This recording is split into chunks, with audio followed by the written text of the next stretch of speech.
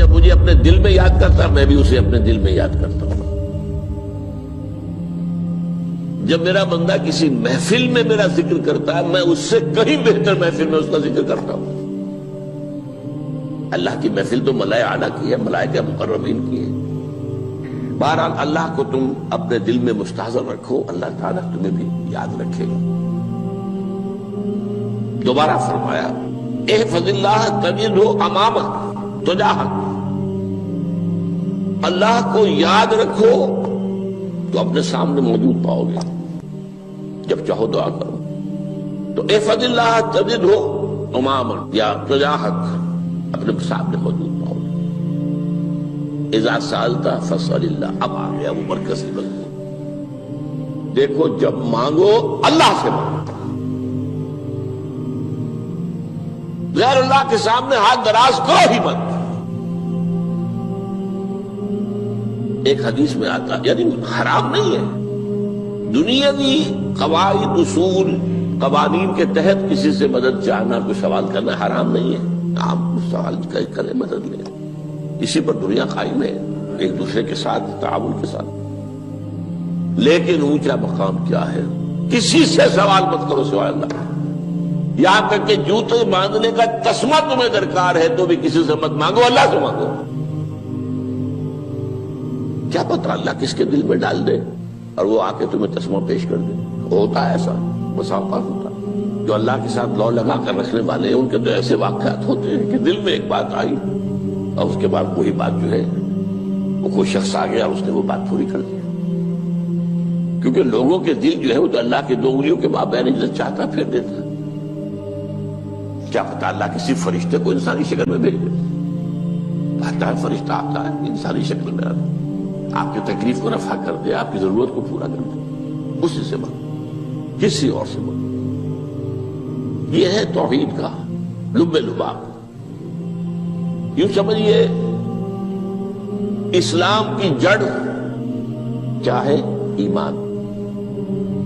اسلام کا جو خارجی نظام عمل ہے، انفرادی اعمال ہو اجتماعی ہو، ان سب کی روح رواں کیا ہے؟ ایمان. ٹھیک، ایک بات ہو گئی. ایمان کا خلاصہ لب لباب کیا ہے؟ ایمان باللہ. جیسے ایمان بالآخرہ بھی ہے، ایمان بالملائکہ ہے، ایمان بالانبیاء ہے، ایمان بالرسل ہے، ایمان بالکتب ہے، ایمان بالقدر ہے.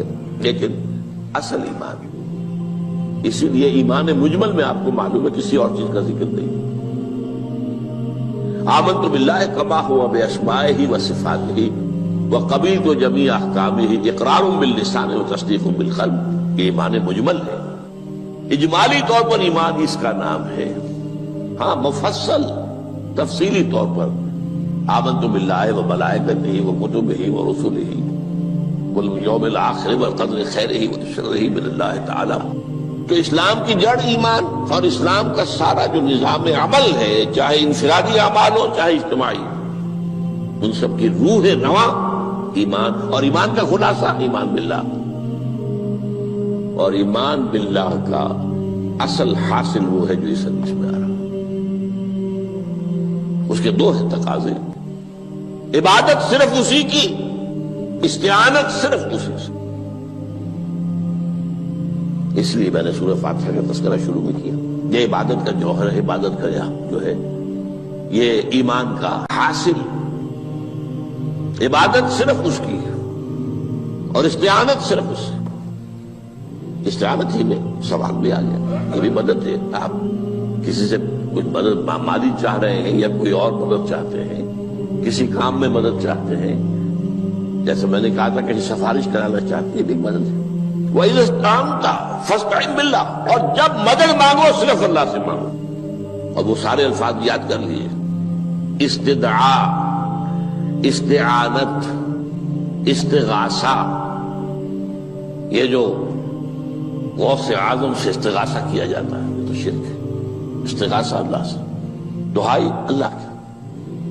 اس اعتبار سے استمداد، استعانت، استدعاء، استغاثہ یہ سب اللہ سے، صرف اللہ سے. عبادت صرف اللہ، ایاک نعبد، اور استعانت صرف اللہ سے.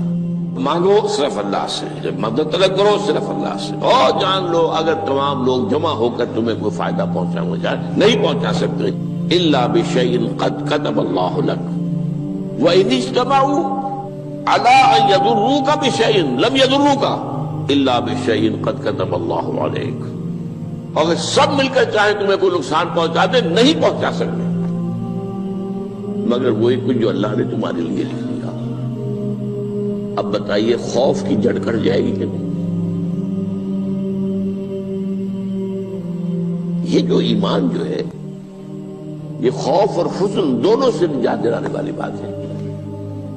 جو حقیقی مومن ہے وہ اللہ کا ولی ہے، حقیقی مومن وہ اللہ کا ولی ہے، اور الا ان اولیاء اللہ لا خوف علیہم ولا هم يحزنون۔ یہ اولیاء اللہ کو علیحدہ مخلوق نہیں ہے، کوئی ان کے سر پہ سینگ نہیں ہوتے، انسان ہی ہوتے ہیں، لیکن حقیقی معنی میں مومن ان اعتبارات سے جو آج ہم پڑھ رہے ہیں، ایمان اس درجے کا پہنچ گیا تو اللہ کا ولی ہے۔ ان لوگوں کے لیے خوف کس بات کا ہوگا؟ کس سے خوف کروں؟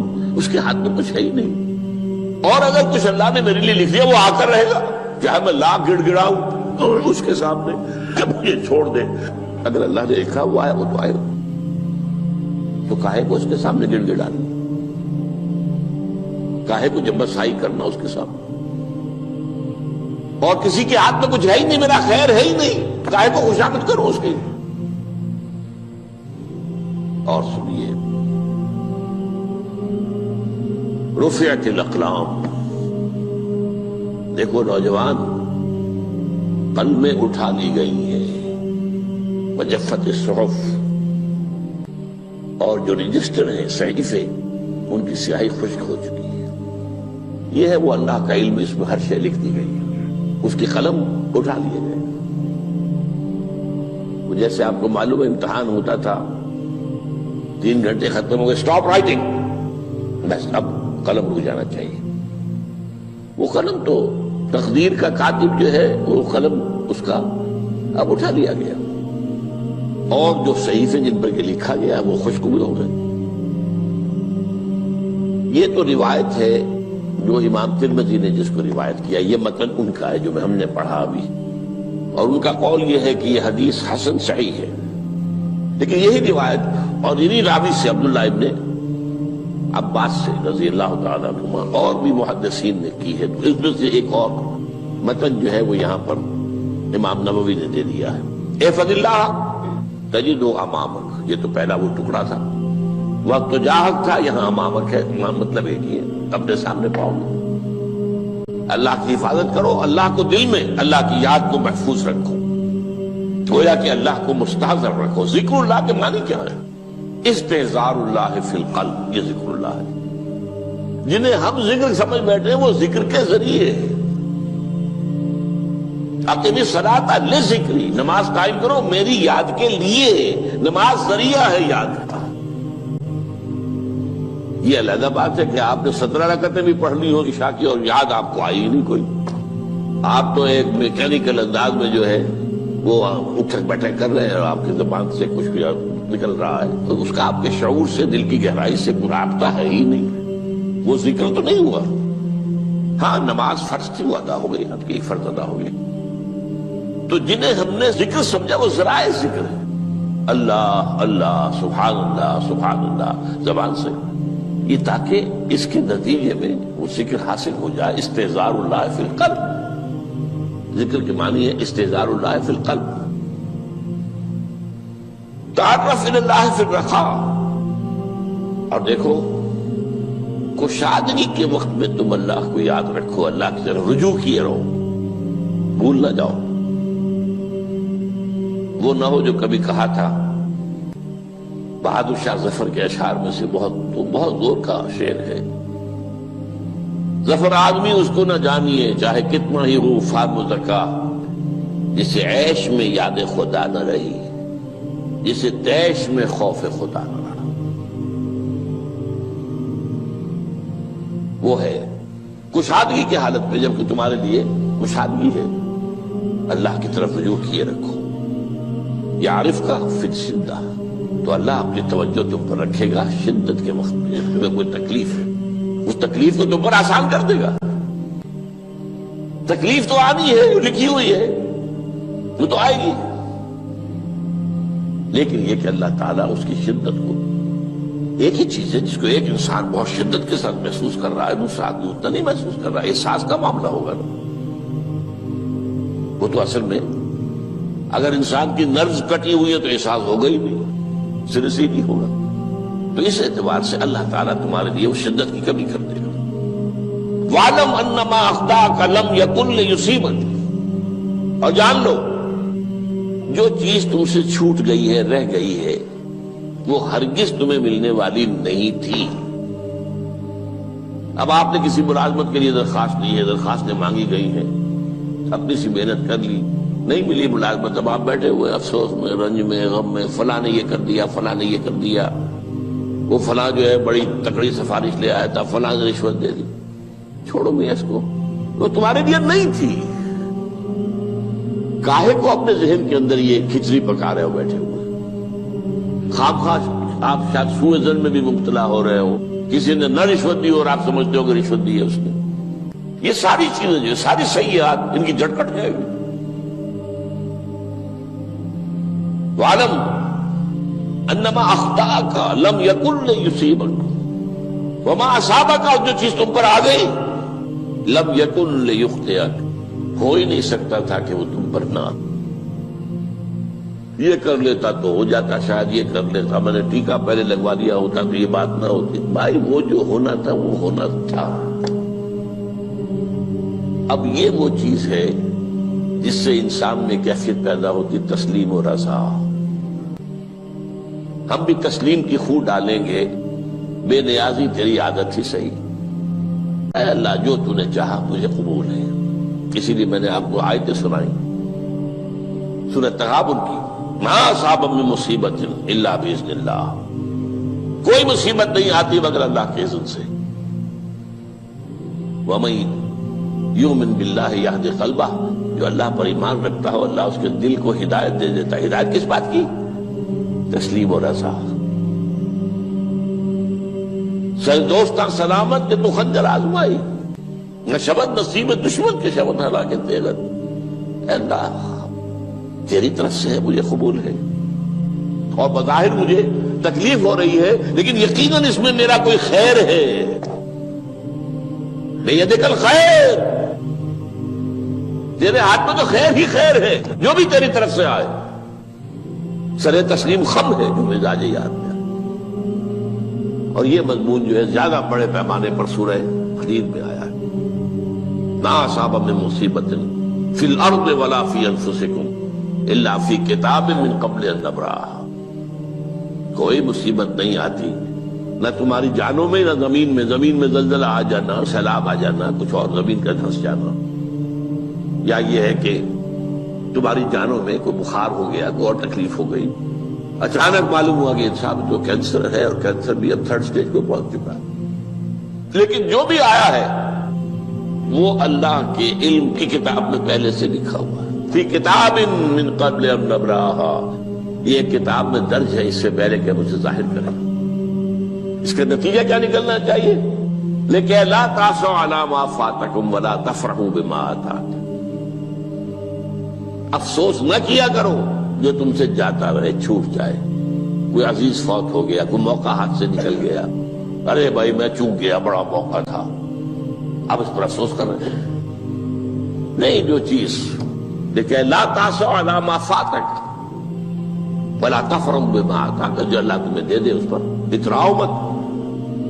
وما اصابک لم یکن لیخطئک واعلم ان النصر مع الصبر، اور جان لو اللہ کی مدد صبر کے ساتھ آتی ہے، جو آئے اس کی طرف سے جھیلو، زبان پر کلمہ شکوہ اور شکایت نہ آئے،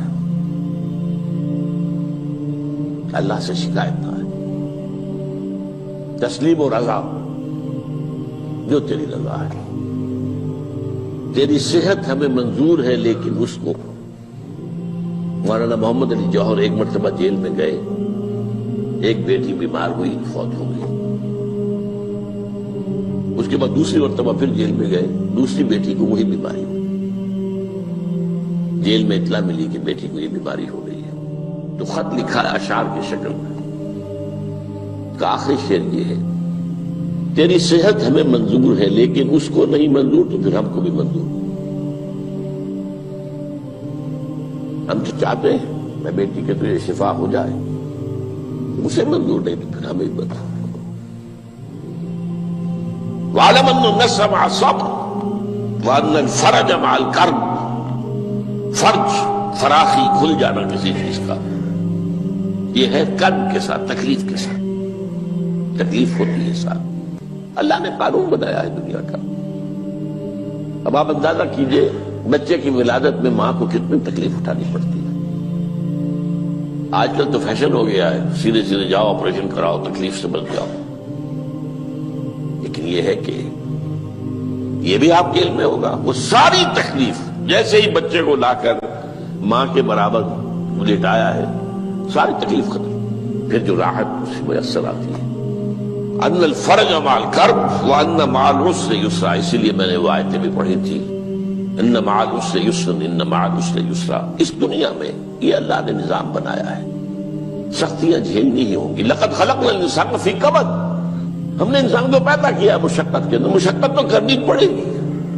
کسی کی جسمانی مشقت زیادہ، کسی کی ذہنی مشقت زیادہ، مشقت سے چارہ کسی کو نہیں۔ تو یہ ہے ان مع العسر یسرا، ان مع العسر یسرا۔ بارک اللہ لی ولکم فی القرآن العظیم ونفعنی وإیاکم بالآیات۔